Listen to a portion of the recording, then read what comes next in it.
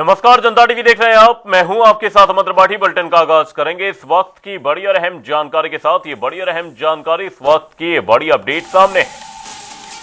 देश भर में शिवरात्रि मनाई जा रही है। आपको बता दें, शिव मंदिरों में श्रद्धालुओं की भीड़ सुबह से ही देखने को मिल रही है। श्रद्धालु भगवान शिव का जलाभिषेक करने के लिए बड़ी संख्या में मंदिरों में पहुंच रहे हैं।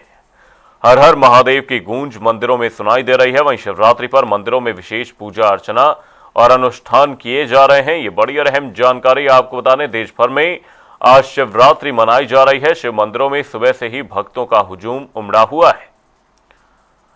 श्रद्धालु भगवान शिव का जलाभिषेक करने के लिए बड़ी संख्या में मंदिरों में पहुंच रहे हैं और मंदिरों में इस दौरान विशेष पूजा और अनुष्ठान किए जा रहे हैं। तस्वीरें हरिद्वार, देहरादून, ऋषिकेश और चमोली से, जहां पर सुबह से ही मंदिरों में भक्तों का तांता लगा हुआ है। भक्त बड़ी संख्या में मंदिरों में पहुंचते हुए नजर आ रहे हैं। मंदिरों में हर हर महादेव की गूंज सुनाई दे रही है और ये तस्वीरें उसकी बानगी हैं। हरिद्वार, देहरादून, ऋषिकेश और चमोली से तस्वीरें सामने, जहां पर भक्त बड़ी संख्या में भगवान शिव का जलाभिषेक करने के लिए पहुंच रहे हैं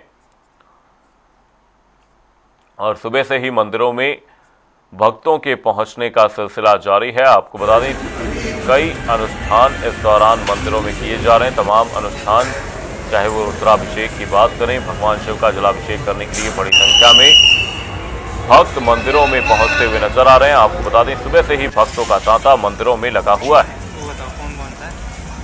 मंदिरों में हर हर महादेव की गूंज सुनाई दे रही है। शिवरात्रि पर मंदिरों में विशेष पूजा अर्चना की जा रही है। शिव मंदिरों में सुबह से ही श्रद्धालुओं की भारी भीड़ देखने को मिल रही है।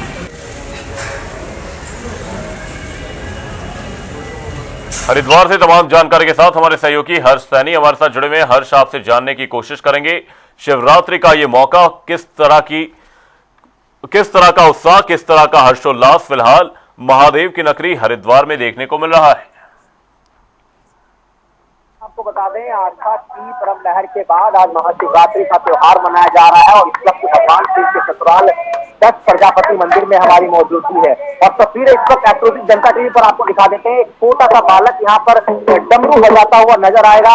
ये तस्वीरें आप हरिद्वार से देख सकते हैं। यहाँ पर एक छोटा सा नन्हा सा बालक यहाँ पर डमरू बजाता हुआ नजर आ रहा है। अपने परिवार के साथ ये बच्चा यहाँ पर पहुंचा है। तो आप यहाँ पर देख सकते हैं, हरिद्वार में ऐसी ही कुछ तस्वीरें यहाँ पर सामने लगातार आ रही है, जिसमें नन्हे नन्हे जो बच्चे हैं वो यहाँ पर मौजूद हैं। और देखिए, छोटा सा ये प्यारा सा बालक है और यहाँ पर अपने पेरेंट्स के साथ यहाँ पर पहुंचा है, जिसमें ये डमरू बजाते हुए यहाँ पर नजर आ रहा है। तो ऐसी तस्वीरें हरिद्वार में इस वक्त देखने को मिल रही है। दक्ष प्रजापति मंदिर में हमारी मौजूदगी है। भगवान शिव की ससुराल कनखल को कहा जाता है और इसी कनखल में हमारी टीम यहाँ पर मौके पर पहुंची है। और मंदिर का अगर नजारे की हम बात की जाए तो हरिद्वार में सबसे पहले तस्वीरें आपको दिखाएंगे किस तरीके से यहाँ पर जो भक्तों का जो सैलाब है वो यहाँ बना हुआ है। सुरक्षा कर्मी यहाँ पर मौजूद है, पुलिस की मुस्तैदी यहाँ पर नजर आ रही है। उत्तराखंड पुलिस के जवान यहाँ पर लगातार सुरक्षा भी दे रहे हैं। तो यहाँ पर पुलिस की मौजूदगी है। पुलिस की मौजूदगी के साथ साथ यहाँ पर आप देखेंगे किस तरीके से यहाँ पर जलाभिषेक किया जा रहा है। हजारों की संख्या में भक्त पहुंचे हैं। और मंदिर परिसर की अगर बात की जाए तो मंदिर में यहाँ पर इस समय जो मंदिर का जो प्रांगण है वो यहाँ पर खचाखच आपको भरा हुआ नजर आ रहा है। तो हरिद्वार में तमाम जो मंदिर है इसी तरह से वहां पर तस्वीरें लगातार सामने आ रही है। हर प्रकार के लोग यहाँ पर पहुंच रहे हैं। उत्तराखंड पुलिस के जवानों की यहाँ पर मौजूदगी है और यहाँ पर सुरक्षा के लिए पुलिस के जवानों को भी तैनात कर दिया गया है। जी अमन। और साथ ही हर्ष, यहाँ पर आपसे जानने की कोशिश करेंगे, क्योंकि आज वो मौका है जब कांवड़िए भगवान शिव का जलाभिषेक करने के लिए भी मंदिरों में पहुंच रहे हैं। तो ऐसे में किस तरह के इंतजाम मंदिर प्रशासन द्वारा किए गए हैं और साथ ही किस तरह के अनुष्ठान मंदिरों में आज आयोजित किए जा रहे हैं। देखिए, निश्चित रूप से मंदिर प्रशासन की ओर से विभिन्न इंतजाम यहाँ पर किए गए हैं। तमाम जो भक्त है उनका यहाँ पर स्वागत किया जा रहा है। लंबी लंबी कतारें यहाँ पर श्रद्धालुओं की नजर आ रही है और उसी को लेकर यहाँ पर मंदिर प्रशासन की ओर से भी काफी यहाँ पर बंदोबस्त किए गए हैं। हालांकि अगर प्रशासन की बात की जाए तो हरिद्वार के डीएम और एसएसपी लगातार ग्राउंड जीरो पर मौजूद है। तमाम जो शिवालय है वहां पर ग्राउंड जीरो से पल पल की अपडेट भी यहाँ पर ली जा रही है। तो यहाँ पर जो पूरा प्रशासनिक अमला है उसकी ओर से यहाँ पर निगरानी की जा रही है। तमाम जो सुरक्षा कर्मी है वो यहाँ पर मौजूद है। और मंदिर में यहाँ पर सुरक्षा के लिहाज से अगर हम बात की जाए, यहाँ पर श्रद्धालुओं की सुरक्षा के साथ साथ तमाम जो गतिविधि है उन सब पर यहाँ पर नजर रखी जा रही है। तो तमाम जो पहलू हैं, आइए बात कर लेते हैं। कुछ श्रद्धालु हमारे साथ हैं, आइए बात कर लेते हैं। जी, आप कहाँ से आएंगे?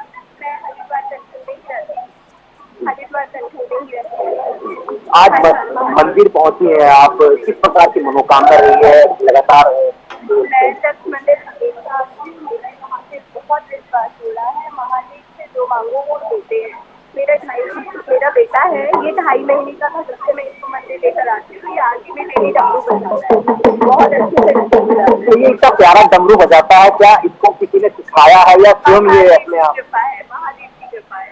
सब यही बोलते हैं कि इसका महादेव की कृपा है, बहुत अच्छा लगता है।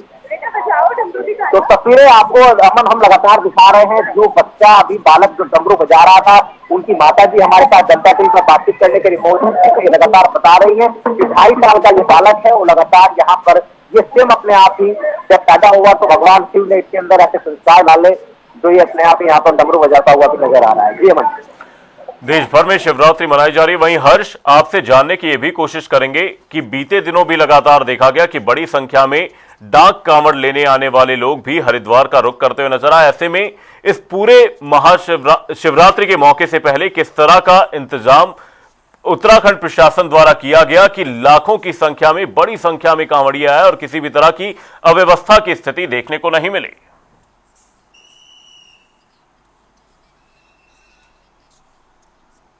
इस बार जो हम ग्राउंड पर बात कर रहे हैं लोगों से, उसमें ये निकल कर आया है कि स्थानीय जो लोग हैं उन्हें किसी प्रकार की समस्याओं का सामना नहीं करना पड़ रहा था, बल्कि जो स्थानीय लोग थे उनके लिए जान जैसी स्थिति पैदा नहीं हुई। यानी साफ तौर पर यह समझा जा सकता है कि स्थानीय लोगों को भी एक भारी राहत हरिद्वार से प्रशासन के द्वारा दी गई है। हरिद्वार के एसएसपी नवनीत सिंह भुल्लर और जिलाधिकारी मयूर दीक्षित ने ऐसा एक डाइवर्जन प्लान यहाँ पर तैयार किया था, ऐसा एक रोडमैप यहाँ पर तैयार किया था।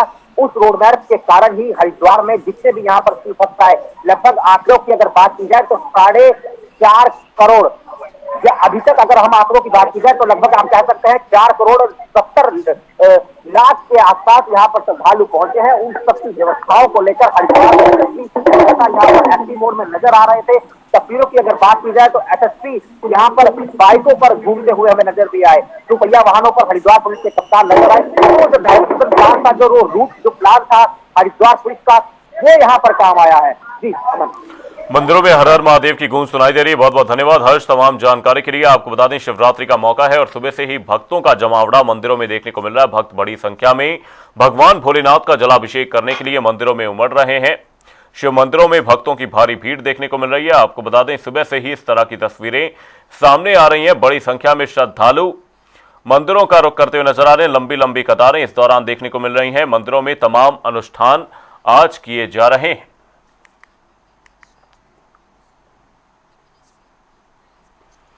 उत्तराखंड का कॉर्बेट राष्ट्रीय उद्यान वन्यजीव संरक्षण के 90 साल पूरे कर चुका है। 1936 में देश के पहले राष्ट्रीय उद्यान के रूप में स्थापित कॉर्बेट आज बाघ और हाथियों के संरक्षण के लिए दुनिया भर में पहचान बना चुका है।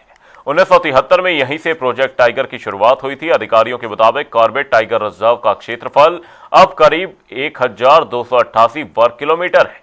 वन्यजीव विशेषज्ञों का कहना है कि कॉर्बेट संरक्षण के साथ स्थानीय अर्थव्यवस्था और पर्यटन में भी अहम योगदान दे रहा है। ये रिपोर्ट देखिए।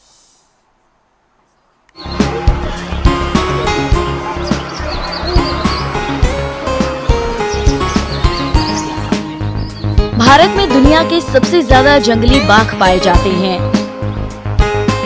संरक्षण के इस गौरवशाली सफर के केंद्र में एक ऐसा जंगल है जो 9 दशकों से अपने वन्य जीवों की रक्षा कर रहा है। कॉर्बेट राष्ट्रीय उद्यान, ये एक ऐसा नाम जो बाघ, हाथी और उत्तराखंड के जंगली इलाकों की पहचान बन चुका है। इसने शनिवार को भारत के पहले राष्ट्रीय उद्यान के तौर पर 90 साल पूरे किए।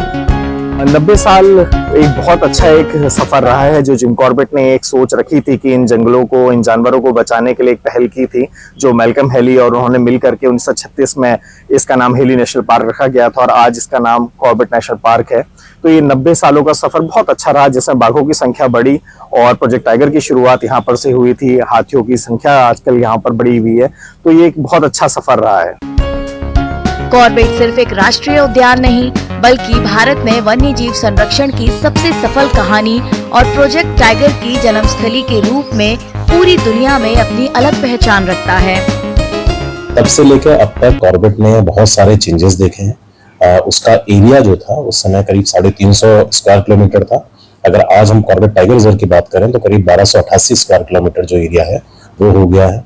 उस समय जो टाइगर के नंबर थे वो इतने ज्यादा नहीं थे, परंतु यही वो जगह है जहां से प्रोजेक्ट टाइगर की शुरुआत हुई और आज हम पूरे दुनिया में सबसे ज्यादा टाइगर और सबसे ज्यादा घनत्व टाइगर का इसी टाइगर रिजर्व में है। पूरे प्रदेश की इकोनॉमी में इस क्षेत्र का बहुत बड़ा योगदान रहता है और पूरे विश्व में वाइल्ड लाइफ कंजर्वेशन की अगर हम बात करें तो इसमें कॉर्बेट एक अग्रणी स्थान रखता है। वन्यजीव प्रेमी भले ही ये मानती हों कि जंगल पर सिर्फ जंगली जानवरों का ही हक है, लेकिन इसकी कहानी इससे इतर कहीं दूर तक फैली हुई है। ये वन्य जीवों, लोगों और आसपास की अर्थव्यवस्था के लिए एक फलती फूलती जीवन रेखा बन गया है। सुखद दिन है कि इसलिए सुखद दिन है ना कि ये आज हमको किसी को कहने की जरूरत नहीं कि हम संरक्षण में हम नंबर 1 है और ये चीज हम सबको जानना है। पूरे भारत के लिए गर्व की बात है, उत्तराखंड के लिए महान गर्व की बात है, क्योंकि ये जो अभी सैक्रिफाइस किया है ना इसके लिए जिन लोगों ने जो दिया है, जिनसे लिया गया है वो है यहाँ के लोकल लोग। हमारा पार्क नंबर 1 का पार्क है, दुनिया के सबसे अधिक जो टाइगर हमारे क्षेत्र में पाए जाते हैं। एक हाथियों का गढ़ है, बर्ड लाइफ, यहाँ की बर्ड लाइफ दुनिया के सबसे आपके जो टॉप बर्डिंग डेस्टिनेशन में है, ये हमारी उपलब्धि है। 90 साल बाद भी कॉर्बेट भारत के बाघ संरक्षण इतिहास में मजबूती से बसा हुआ है। ये एक ऐसी विरासत जो 1936 में शुरू हुई और रिजर्व के विस्तार और 1973 में प्रोजेक्ट टाइगर की शुरुआत के साथ आगे बढ़ी। अपनी स्थापना के 100 साल पूरे करने की ओर बढ़ते हुए कॉर्बेट टाइगर रिजर्व भारत के जंगलों और वन्य जीवों को बचाने के सफर में एक अहम पड़ाव बना हुआ है। देहरादून में मुख्यमंत्री पुष्कर सिंह धामी ने मुख्यमंत्री युवा विद्यार्थी मंथन कार्यक्रम में प्रदेश के 3 लाख से ज्यादा छात्र छात्राओं से सीधा संवाद किया और इस दौरान मुख्यमंत्री ने मेरे सपनों का उत्तराखंड निबंध प्रतियोगिता और पोर्टल की शुरुआत की। प्रतियोगिता के 140 विजेता छात्रों को सम्मानित करने के साथ नीट, जेई, क्लैट और एसएटी जैसी परीक्षाओं की तैयारी का खर्च अब सरकार उठाएगी। छात्रों ने खेल, शिक्षा, पर्यटन और पर्यावरण से जुड़े सुझाव दिए, जिन्हें नीतियों में शामिल करने की बात मुख्यमंत्री ने कही। हमारे पद्धति को जानने लगी, हमारे धर्म को जानने लगी, हमारा देश कितना प्राचीन है, क्या क्या यहाँ की विशेषताएं हैं, सब उनको पता लग गई। और उस जमाने में तो टेलीविजन भी नहीं होते थे। ये जो आपके हाथ में होता है ना हर समय, क्या ये तो बहुत दूर की बात है। लेकिन जब उन्होंने वहां भाषण दिया और वो भाषण हर खेत में, हर चूल्हे में, हर खेत और हर चूल्हे में उसकी चर्चा होती थी, उसके बारे में बातचीत होती थी। इसलिए जब कोई अच्छी चीज होती है तो उसकी बहुत चर्चा करने की आवश्यकता नहीं पड़ती है, उसकी चर्चा खुद ही हो जाती है। इसलिए आप सब में से जो लोग मुझे को वर्चुअल माध्यम से भी सुन रहे हैं, मैं उनसे भी कहना चाहता हूं कि उन्हीं स्वामी विवेकानंद जी ने कहा है कि जो ये मनुष्य है, ये मनुष्य ये अनंत ऊर्जा का भंडार है, अनंत ऊर्जा का भंडार है और वो कुछ भी बन सकता है, कुछ भी कर सकता है, कुछ भी बन सकता है, केवल और केवल वो उसकी सोच पर डिपेंड होता है कि वो क्या सोच रहा है। उसकी शक्ति अनंत तक जाने की है, इन्फिनिटी तक जा सकता है, कोई सीमा नहीं होती है। इसलिए आप सबकी भी सीमाएं अनंत हैं। आप सब जिस क्षेत्र का भी सिलेक्शन करें, जिस क्षेत्र चाहें उस क्षेत्र में आप पहुंच सकते हैं। कई बार हमको लगता है कि ये तो हो ही नहीं सकता, ये तो बहुत कठिन काम है। हम काम करने से पहले ही हार जाते हैं। अगर हम अपनी सोच बना लें, और जब हमारे यहाँ पूजा पाठ होती है ना, पूजा पाठ तो सब करते होंगे, नहीं करते होंगे तो माता पिता को देखते होंगे, देखा तो होगा सबने। तो इतनी कम आवाज क्यों आ रही है, जोर से बोलिए। देखा होगा ना। तो उसमें हम क्या करते हैं, पूजा पाठ करने से पहले हम क्या करते हैं, संकल्प करते हैं। संकल्प करते हैं ना, भगवान कहते हैं संकल्प की हम ये पूजा कर रहे हैं, इसके निमित्त कर रहे हैं, ये काम, ये हमारा उद्देश्य है, सबका भला होना चाहिए, सब सुखी होने चाहिए, सर्वे भवन्तु सुखिनः सर्वे सन्तु निरामया। इस तरह से बोलते हैं ना, अलग अलग बोलते हैं ना। तो वो संकल्प जब होता है तो पूजा से पहले संकल्प होता है, और वो संकल्प ही सिद्धि का कारण बनता है। और उस संकल्प में कोई विकल्प नहीं होता है। ऐसे ही हमारी लाइफ में भी है कि अगर हमने कोई अपनी लाइफ का मिशन बना लिया तो उस मिशन में कोई ऑप्शन नहीं होना चाहिए। उत्तराखंड में 2027 विधानसभा चुनाव को लेकर कांग्रेस ने तैयारियां तेज कर दी हैं। कांग्रेस प्रदेश प्रवक्ता गरिमा दसौनी के मुताबिक राष्ट्रीय अध्यक्ष मल्लिकार्जुन खड़गे के दौरे से कार्यकर्ताओं में नई ऊर्जा आई है। उन्होंने बताया कि खड़गे ने चुनावी रणनीति और जनता के मुद्दों को लेकर कार्यकर्ताओं को दिशा दी। कांग्रेस बेरोजगारी, भर्ती घोटाले, पलायन, जंगली जानवरों और भ्रष्टाचार को प्रमुख मुद्दा बनाकर जनता के बीच जाएगी। संगठन विस्तार को भी चुनावी तैयारियों के लिए अहम बताया गया है।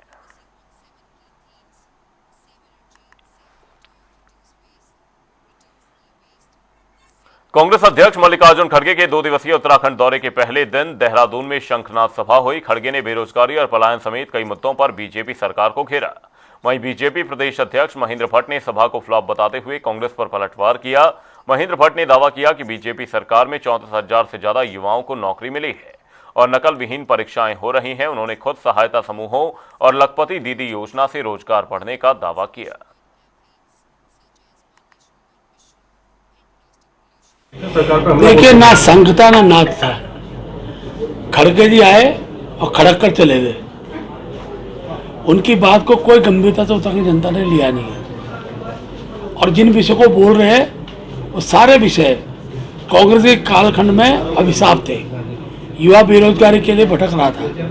आज 34,000 से ज़्यादा युवाओं को राज्य सरकार में नौकरी मिली है और नकल विहीन परीक्षा राज्य के अंदर हो रही है। अनेकों स्वयंसेवी संगठनों के माध्यम से रोजगार के अवसर के साथ साथ लखपति दीदी जो हमारी योजना है वो क्रियान्वित हो रही है। अनेकों युवाओं ने अपने कारोबार को प्रारंभ किया है। 40% तक जो पलायन है वो बैक हुआ है। तो अनेकों इस प्रकार के सारे विषय जो राज्य के हित में मुख्यमंत्री पुष्कर धामी जी की सरकार काम कर रही है और जिसका प्रभाव जनता में है। उत्तराखंड में 2027 विधानसभा चुनाव से पहले बीजेपी ने संगठन को मजबूत करने के लिए प्रदेश कार्य समिति का विस्तार किया है। बीजेपी प्रदेश महामंत्री कुंदन परिहार के मुताबिक नई कार्य समिति में 121 कार्य समिति सदस्य, 32 विशेष आमंत्रित और 25 स्थायी आमंत्रित सदस्य शामिल किए गए हैं। उन्होंने कहा कि नए पदाधिकारी बूथ स्तर तक पहुंचकर कार्यकर्ताओं से संवाद करेंगे और पार्टी की नीतियों को घर घर तक पहुंचाएंगे। कार्य समिति के विस्तार के बाद भाजपा कार्यकर्ताओं में उत्साह का माहौल है।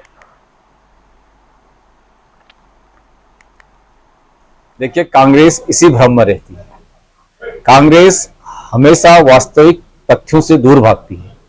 ये हमने कोई पहली बार कार्यकारिणी की घोषणा नहीं की है।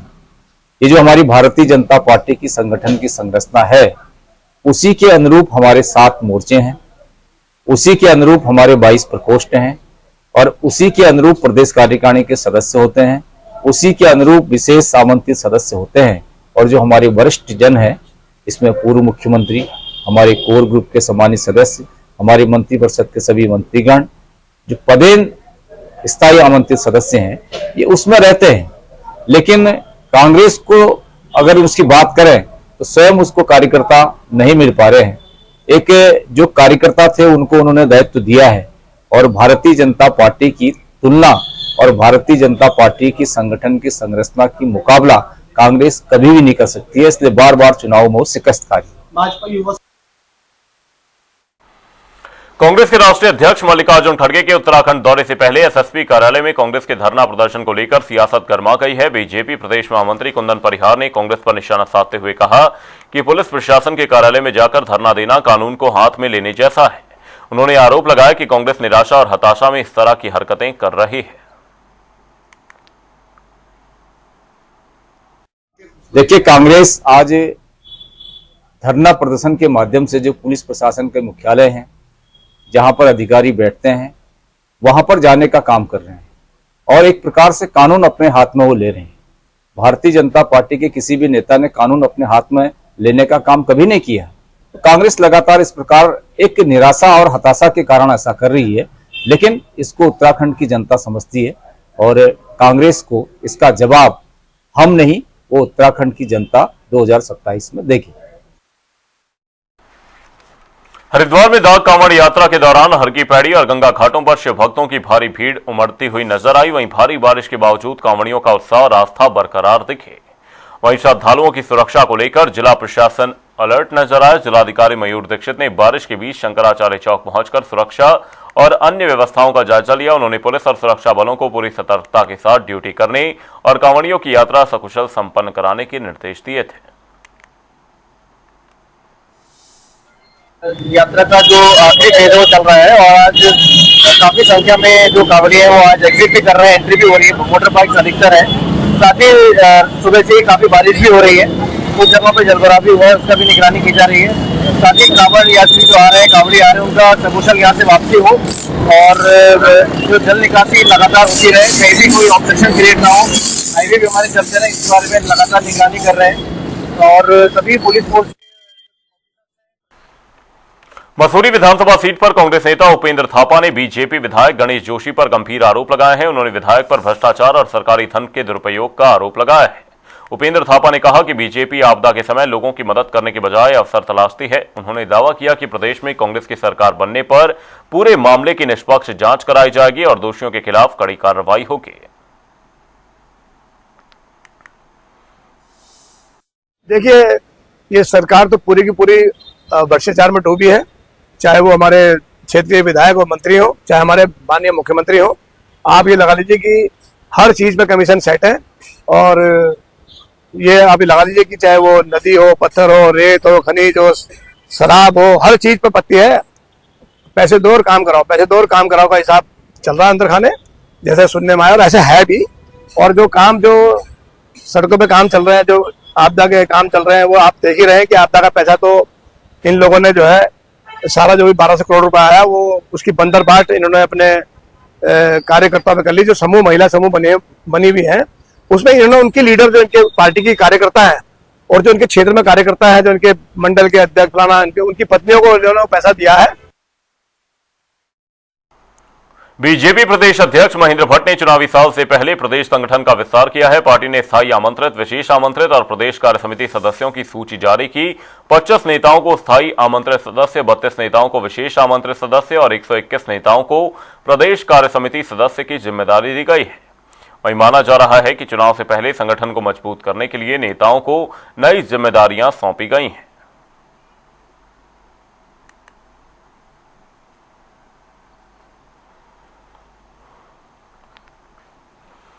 उत्तरकाशी के शिक्षा विभाग में डीडीओ की जिम्मेदारी और सरकारी भुगतान को लेकर विवाद सामने आया है। 5 अगस्त के आदेश में डीडीओ कोड 4519 और 4504 की जिम्मेदारी जिला शिक्षा अधिकारी अमित कोटियाल और मुख्य प्रशासनिक अधिकारी दिनेश प्रसाद पेटवाल को दी गई है।